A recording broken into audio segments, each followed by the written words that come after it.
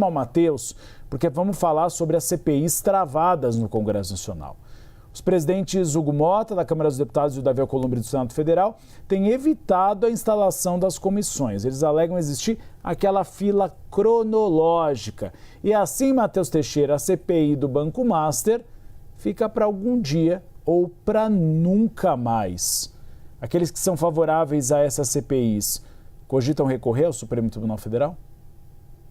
Exato, Uribe. A gente está acompanhando nos bastidores a grande resistência do presidente da Câmara, Hugo Motta, e do presidente do Senado, Davi Alcolumbre, de abrir essa CPI. No caso de Hugo Motta, tem um requerimento que foi recolhido, mais de 200 assinaturas, pelo deputado Rodrigo Hollenberg, ex-governador do DF, antecessor de Ibanez Rocha e adversário político, aproveitou o tema para surfar nesse tema e tem batido muito nisso, conseguiu 200 assinaturas. Por outro lado, também tem já o número de assinaturas necessárias, um pedido de abertura de CPMI, que seria entre Câmara e Senado, não seria só da Câmara, e isso está na mesa do presidente do Senado, Davi Alcolumbre, mas nenhum dos dois dá sinal de que pode sim abrir essa comissão parlamentar de inquérito para dar sequência nas investigações. Diante disso, os deputados e senadores passaram a cogitar acionar o Supremo Tribunal Federal para tentar forçar a abertura dessa comissão parlamentar de inquérito e, portanto, puxar um pouco para o Congresso o protagonismo dessas investigações,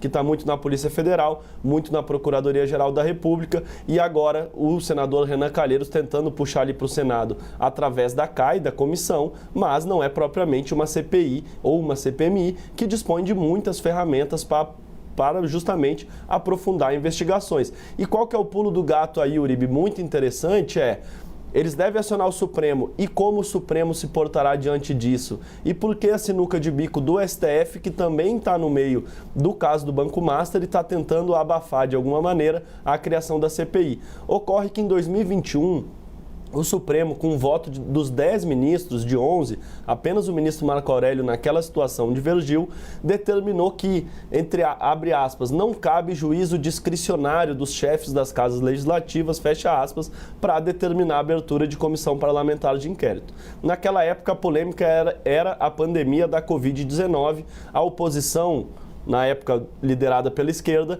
tentava forçar a abertura da CPI para investigar a postura do governo Bolsonaro em relação à pandemia da Covid-19, e os presidentes do Senado e da Câmara na época também hesitavam em abrir a CPI.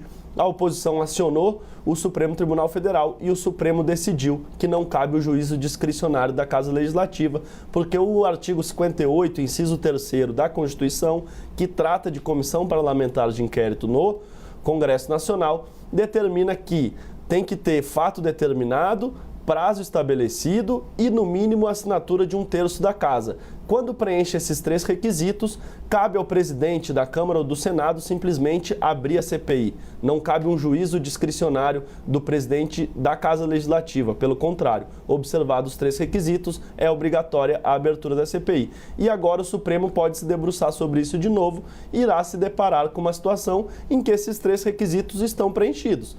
Os deputados já conseguiram a assinatura de 1/3, tem um prazo determinado, que seria de 60 ou 90 dias, isso não seria problema, e o fato também está determinado, que é justamente o escândalo do Banco Master.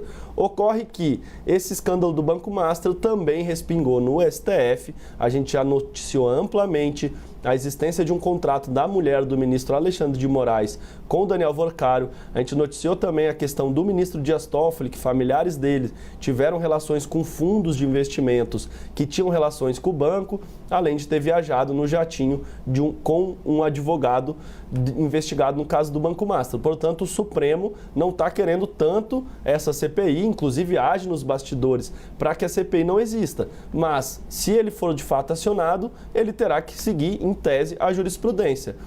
Essa tecla da segurança jurídica que o Supremo bate muito requer também, nesse momento, que seja observado. E a jurisprudência formada lá em 2021, se for aplicada nesse momento, será, sim, o Supremo obrigado a determinar a abertura da CPI. É pouco provável que isso aconteça, é pouco provável. Mas, pela jurisprudência do STF, o Supremo Tribunal Federal deveria, sim, determinar a abertura da CPI, porque os 3 requisitos estabelecidos lá em 2021 também estão presentes agora, Uribe.